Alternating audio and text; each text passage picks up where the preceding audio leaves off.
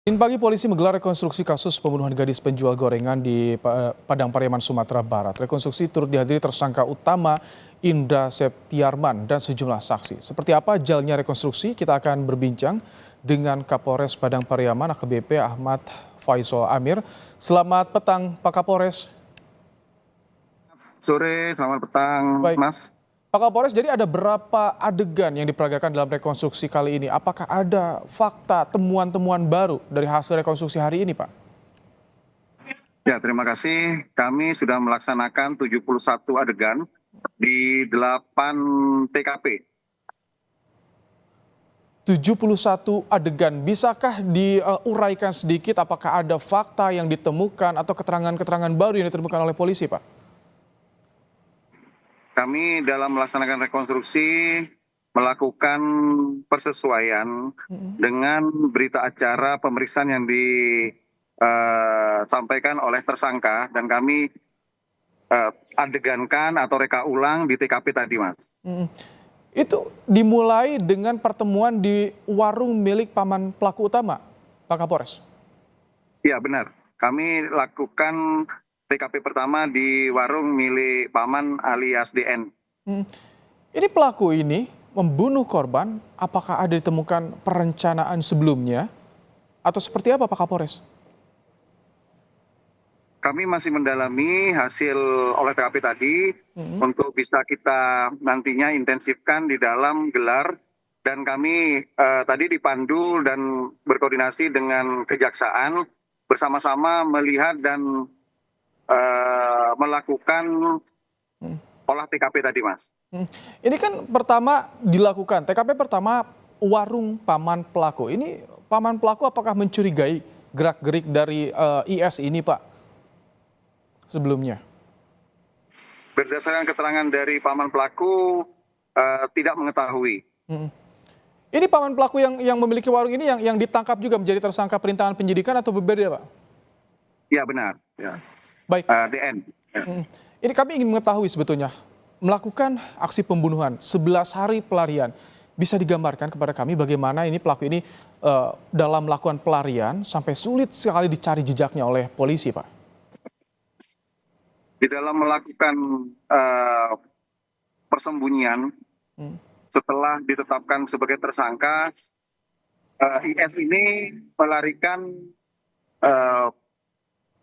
di lokasi perhutanan atau perkampungan yang dekat dengan wilayah hutan, Mas. Jadi kami mengalami kesulitan kemarin di 11 hari dan alhamdulillah kami menemukan di satu rumah kosong yang dibantu oleh masyarakat. Ini warung yang menjadi TKP pertama ini, Pak Kapolres, apakah hanya pelaku bertemu dengan korban atau juga tempat aksi pembunuhan? Jadi ada 8 TKP yang kami adegankan tadi. TKP pertama di warung merupakan tempat dimulainya komunikasi antara tersangka dengan korban, dengan penjual gorengan NKS.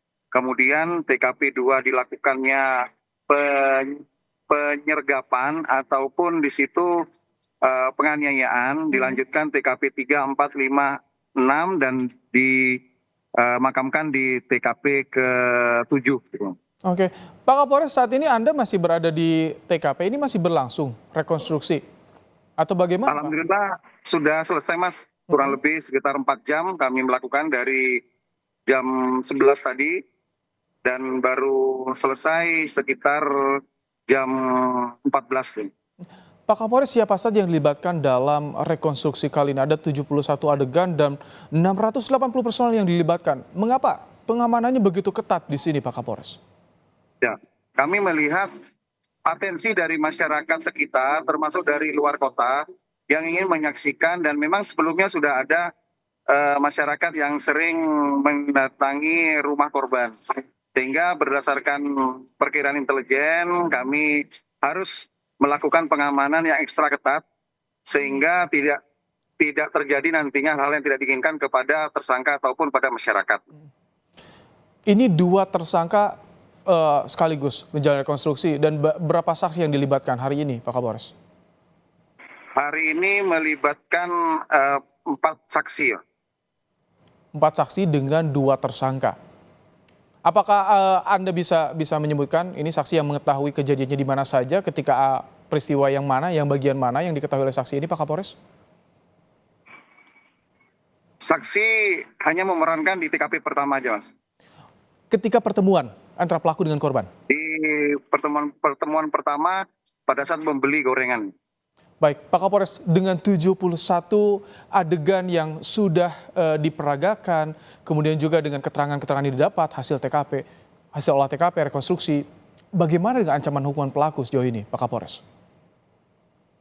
Sampai saat ini kami masih menetapkan dengan pasal 338 kepada tersangka.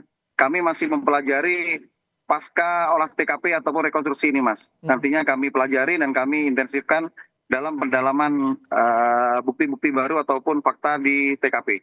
Termasuk tadi yang Anda singgung, jika Ya. ada dugaan unsur pembunuhan berencana, itu yang akan Ya. masih didalami, Pak Kapolres. Ya, betul, Mas. Pak Kapolres, keluarga korban bagaimana? Apakah ikut juga menyaksikan rekonstruksi hari ini, Pak? Tadi kami memberikan kesempatan kepada masyarakat untuk melihat, tapi dengan batasan jarak yang sudah kita tentukan.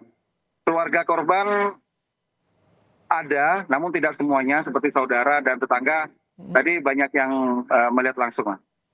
Apa yang disampaikan dari keluarga kepada polisi dengan bisa terungkapnya kasus ini, Pak Kapolres? Ya, dari keluarga mengharapkan ada hukuman yang setimpal kepada tersangka.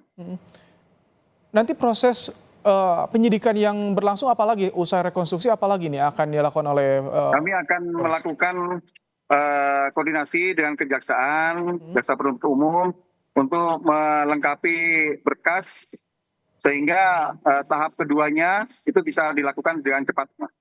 Sejauh ini dari hasil rekonstruksi ada kesesuaian dengan keterangan tersangka dan juga keterangan saksi. Apakah atau ada yang berbeda, Pak Kapolres? Ya, kami nanti sampaikan berikutnya, Mas, karena kami masih kumpulkan bukti-bukti sekaligus fakta baru yang dilakukan dalam rekonstruksi tadi. Baik, terima kasih untuk waktu dan informasinya. Terima kasih. Pak Kapolres Padang Pariaman AKBP Ahmad Faisal Amir dalam program Kompas Petang sore hari ini.